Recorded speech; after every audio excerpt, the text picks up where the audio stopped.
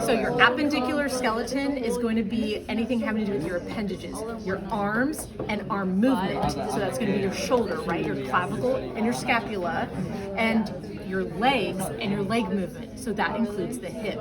So let's go through all the bones of the appendicular skeleton. So starting here, this right here, this is a clavicle, it is not a rib. Clavicle, scapula, those are the shoulder bones. The hip is appendicular also. You have the ilium, the pubis, and the ischium.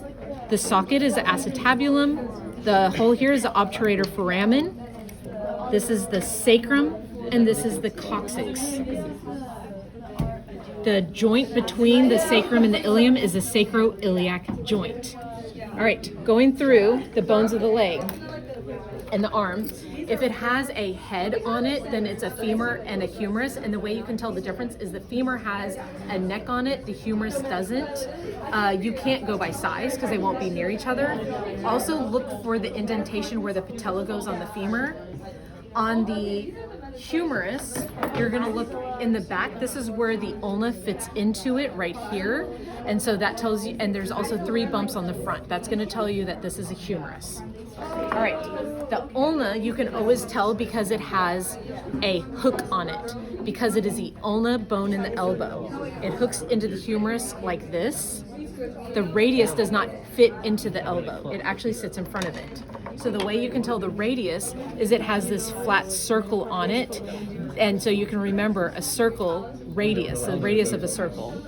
The way to tell the difference between a fibula and the radius, since you're not going to really be able to compare them size-wise, the fibula is a little bit sharper. It's less round.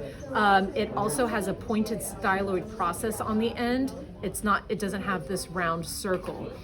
The fibula is on the leg and it fits behind the tibia right here. So you have the tibia, which has a thick part on the top, and it has the sharp shin bone. So remember, sharp shin, you can feel how sharp it is. This is the tibia. So down here, this is actually going to be your, let's see if I can hold it together here. This is actually going to be your lateral malleolus. This is your outer ankle bone, and your medial malleolus. This is going to be your inner ankle bone, right? So these are your lower leg bones.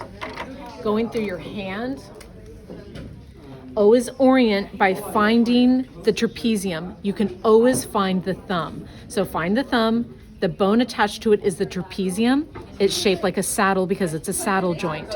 So now that we have found that, the bone below it is a scaphoid. So scaphoid, lunate, triquetral, pisiform. It gets confusing because the pisiform kind of comes out towards you a little bit.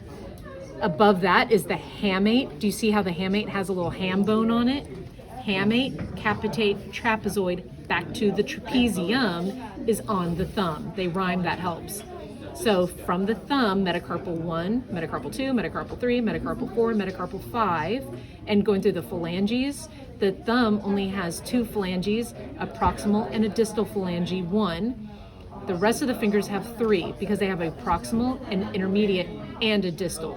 So this would be proximal phalange 2, intermediate phalange 2, distal phalange 2, and then so on for phalange 3, 4, and 5. Going through the foot. Find the big toe. You can find the big toe. Under the big toe are the cuneiforms, right? You have your medial cuneiform, intermediate cuneiform, lateral cuneiform.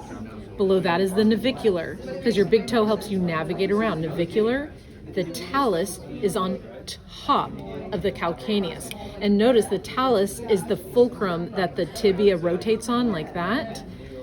Then you have your calcaneus and your cuboid. I want you to think cuboid sounds like cute, and your little toe, your pinky toe, is cute. Cuboid. Going through the metatarsals, starting with metatarsal 1 at the big toe. Metatarsal 1, metatarsal 2, metatarsal 3, metatarsal 4, metatarsal 5. And then the same thing with the phalanges. Proximal is closest to the body, and then distal is farthest. The big toe only has proximal and distal. Phalange 1. Phalanges 2, 3, 4, and 5 have a proximal and intermediate and a distal phalange. Okay, that's it.